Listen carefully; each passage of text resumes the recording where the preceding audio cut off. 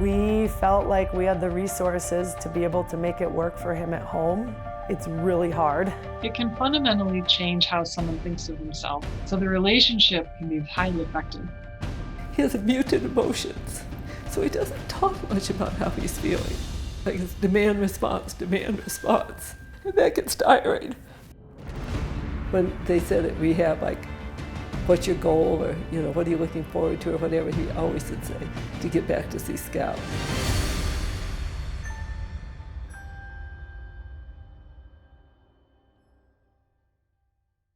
And if you drop me this time, forget about me. There's certain things in relationships that have been so sweet that have formed from this. One of them is that I would have never taken 2 days out of my own busy schedule to spend 8 to 10 hours a day with my parents at their house just hanging out. So I feel like I've actually gotten to know my dad and just be able to hang out with him more, and that's such precious time that I probably wouldn't have given had it not been this situation.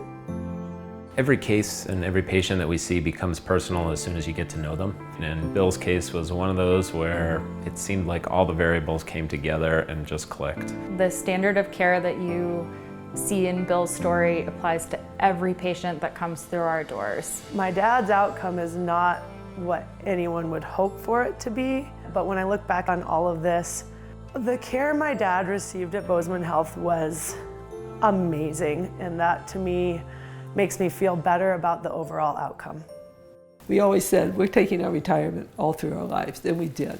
We took a 6-month trip with Piper around the world one time. We did amazing travels, amazing trips.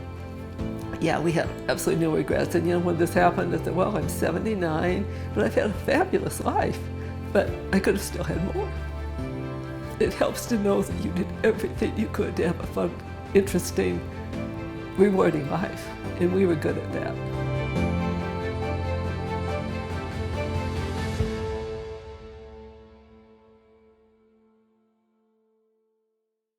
Even in a case where everything goes as smoothly as possible, such as in Bill's case, it doesn't always change the outcome.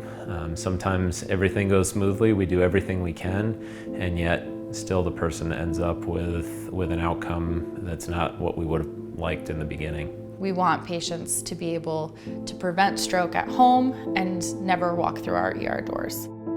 The biggest thing you can do to prevent stroke is know your risk factors. Some of those risk factors, such as hypertension, diabetes, smoking, obesity, high cholesterol, AFib, family history of stroke, having a prior TIA or stroke, are all things that you really should talk to your primary care physician about, and make sure that if you're prescribed a hypertensive medication that you're really compliant with taking that, because these are things that you can do to control your potential for having a stroke. Another important thing to know about stroke is how to recognize if you, a family member, a loved one, or someone that you run into at the grocery store is exhibiting signs of stroke.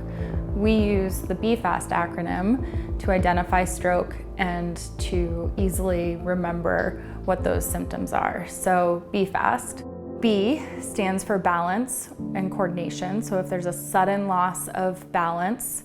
E is eyes. So anytime there's a sudden change in vision. F is for face.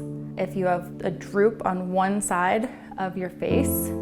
A is for arm. So one arm or leg that is weak or just doesn't really quite feel right. You can't use it the way that you should be able to.